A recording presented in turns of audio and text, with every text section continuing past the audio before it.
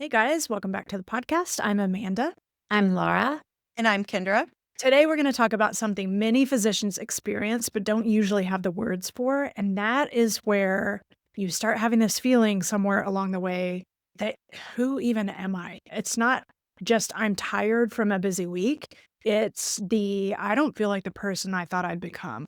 And that experience is often identity dissonance. So it's the conflict between who you thought you'd be, what you thought medicine was promising your life would be like, and what is reality, what your actual life feels like now. And for physicians, this can become incredibly painful because medicine isn't just work for a lot of us, it's often our identity.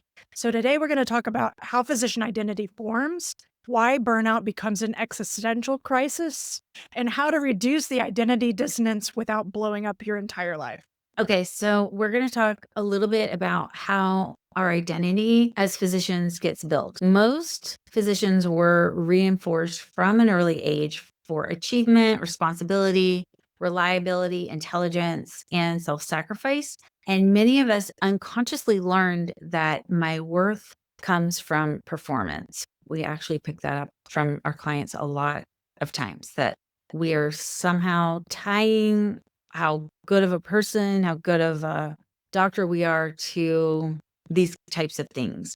And that condition gets deepened through competition, lots of competition, pre-med competition, your grades being posted for everyone to see in medical school, residency, evaluations, even productivity metrics is a common one now that we're looking. Well, I'm in the lower half of productivity, or thank goodness I'm in the middle, looking at those things as if they actually mean something about how worthwhile we are as humans, our patient satisfaction scores, and just like the perfectionistic culture in general. And over time, medicine stops feeling like something we do and starts feeling like just who you are. And we see that a lot in doctors who are thinking about transitioning to a different career or to retirement. And it really is hard to separate out that I am a doctor and I am a human. And just like being a doctor is something that does not have to go on for me to continue being human. And that's really important psychologically because these identity-based beliefs become really emotionally protected. Like, I'm competent, I'm resilient, I help people, I can handle hard things, I'm dependable. And these beliefs aren't bad. They're beautiful and meaningful in a lot of ways, but problems arise when reality starts conflicting with them. And so here's an example of what we mean here. The successful physician. Imagine a physician who became an attending, earns well, is respected by colleagues, is objectively successful, but privately, they are dreading work. They're kind of hating their job. They feel emotionally exhausted and they feel totally disconnected, not just from their patients, but even the people they love the most at home. And they fantasize about leaving medicine entirely. Now they have this dissonance between I achieved everything I worked for and I'm a good doctor, and why do I feel so miserable? And that contradiction, it really is deeply confusing a lot of times because many doctors expected achievement. I mean, we were directly taught this in a lot of ways, that achievement was going to make us happy and produce fulfillment and going to do so automatically. It's really important to note that humans can tolerate hard work more easily than meaningless suffering. And so a lot of times things that are not aligned with what we thought we were signing up for, like performance metrics, feel like they're inflicting meaningless suffering on us. And what creates distress is often not the workload itself, it's the mismatch between what we thought we were getting, the expectations that we had, and the reality of what practicing medicine actually is. Yeah, I had a lot of this. I didn't recognize it was burnout but it was that collision of reality where I was in my life and the expectations. And I think the weight of that got heavy enough that I couldn't think of any more excuses to how to tolerate this anymore. Like, I ran out. Like I kept making excuses. And then when it became meaningless, when I felt the suffering was greater than the reward of that expectation or that fulfillment, or that I had achieved all of this. So why am I not feeling better about where I am in my life? That restlessness, man, that was where it just finally gave way. And to go back retrospectively to think I was burned out, yes, there was definitely elements of that, but it was also that intersection of like, wow, my brain worked really hard to level set this discomfort, this dissonance. And I gave it all of the excuses. I'm just tired. I'm fatigued. I'm stressed out. I'm overworked, right? And really, for physicians, burnout frequently becomes existential. And this is where that shift took place for me. I started asking questions like, am I anything outside of medicine? Can I do anything else? Like, why doesn't this achievement and success feel better? Did I build a life that's only a professional life? Right. So when I started meeting with a coach and like, what do you like to do? It was like, I don't know. I just kept saying, I don't know. Like the realization of like, I had totally immersed my identity in putting on scrubs, showing up to work, doing the thing and going home and then being a mom, that second role, of just putting on the mom hat or putting on the wife hat. And then, just the version of me that I had lost, we asked that, what happened to that version of me? Like that used to feel hopeful or excited about something or found joy in something. I couldn't remember the last time I had actually found true joy in something. Yes, I love taking care of patients. I love being a helper. I love the fact that I can use my brain and problem solve and do all of that. But that was my identity dissonance. And I think that happens for a lot of physicians, really. I really do. And, many physicians unconsciously believe a good doctor should just be grateful, right? We hear this from our clients too. And I think the hospital system administration has kind of latched onto this and they also layer it on thick, like, oh, you should just be grateful. Or even like the federal government and CMS, like even bigger than us, like, oh, you hear society say it, like, you just need to be grateful that, you get paid what you get paid or whatever. So it's fed from all avenues. It's not just what we put on ourselves. And so then we start to feel, the resentment, right? We start to feel like this, no, that's not right. I'm getting resentful or it's not helpful. And that dissonance forms. So, for example, like we talked about, you start feeling resentment towards administration, right? Because they're making all of these decisions, not including you, but also saying, you're grateful you have this job or whatever. You get frustrated with patients. Patients expect a lot more. And when they expect a lot more and they ask a lot more of you, and you're already feeling like you're giving out every ounce of you, that's going to breed resentment and a lot of dissonance. And then you just start to emotionally detach because the weight of the discomfort or the uncomfortableness finally be just too much to hold. So you just completely detach. We're really good at that.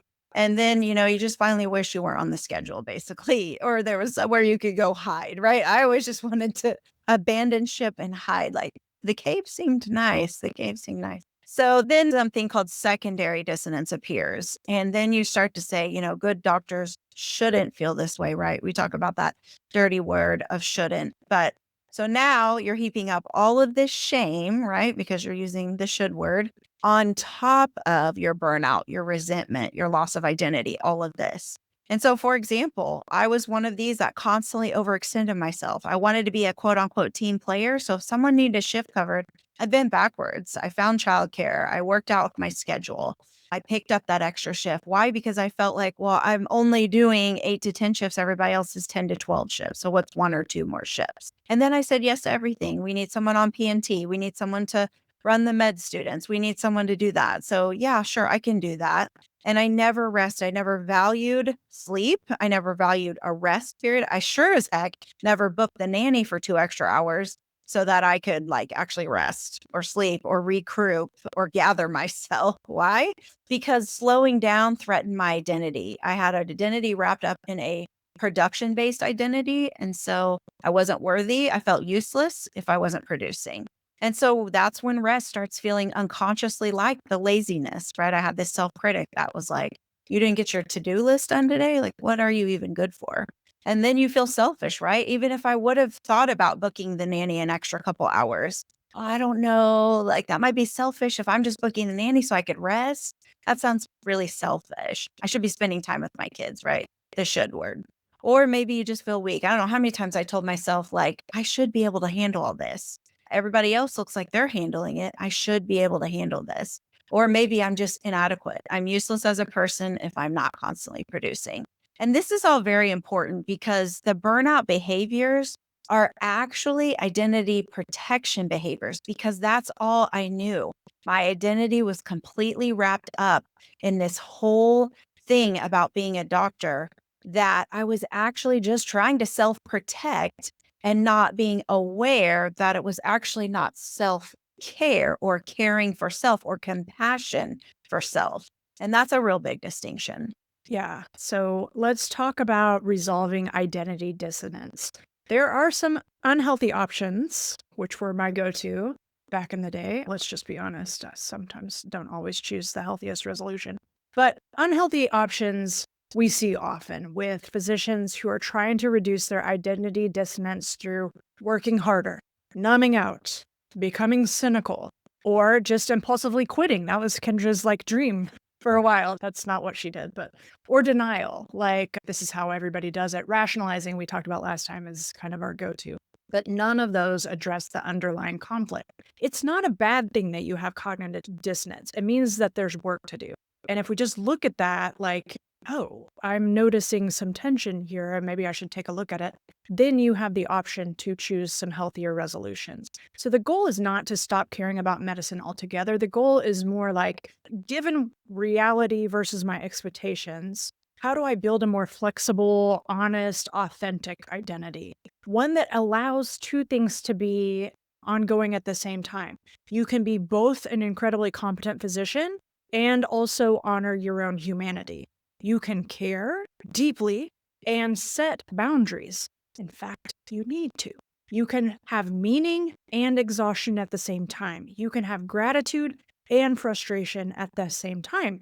We're complex. Psychological suffering increases when we believe that it needs to be all or nothing. You can only feel grateful or you can only be resentful. It can be both and very often. And I'm just going to say it's a perfectionistic tendency to think in black and white thinking, all or nothing thinking. There's a lot of goodness that comes when you can start holding two things together and be in the gray zone. So an actionable exercise would be think about what values originally drew you to medicine and what part of your current life still reflect those values. That's good to know. Which part reflect conditioning, fear, you're doing things out of obligations, or somebody else's expectations instead. This helps you start to separate your authentic values from your learned performance-based identity. Yeah, that's good. And that can be delineating in a way that doesn't have to be full go from the beginning. It may be a subtle shift in a mindset or a subtle shift in like, okay, I recognize my values and I know that I need to move away from this and towards this. So it's just even moving a little bit more towards that value or understanding where in your life maybe it's lacking. And this can be a work in progress. We all are. And, burnout becomes especially painful when physicians interpret it as a personal failure. So that is not what we're doing here. We are not trying to bring up all of your skeletons in the closet and call you an absolute failure. We're just trying to allow you to open up your mind and see it can be both and.